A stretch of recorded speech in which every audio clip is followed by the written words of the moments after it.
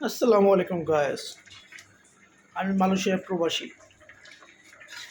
মিষ্টি কুমড়া দিয়ে চিংড়ি মাছ রান্না করলাম। আলহামদুলিল্লাহ, মনে হয় খেতে অনেক ভালো হবে। কালারটা কেমন হচ্ছে আপনার সবাই কমেন্টে জানাবেন।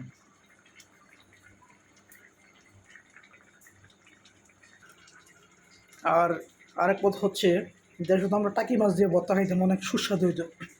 এখানে তো টাকি মাছ নেই, এখানে আমরা শোল মাছ দিয়ে ভর্তাটা বানাইছি, অনেক ঝাল হয়েছে। অকেলা জানতেও।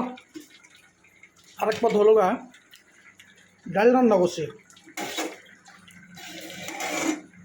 কালারটা মোবাইল ভালো থাকে দিতেছে না, কিন্তু খেতে অনেক সুস্বাদু হবে, এটা আশা করা যায়। সবচেয়ে ভালো হয়েছে টাকি মাছটা। বাহ, থ্যাংক ইউ সবাইকে। আসসালামু আলাইকুম।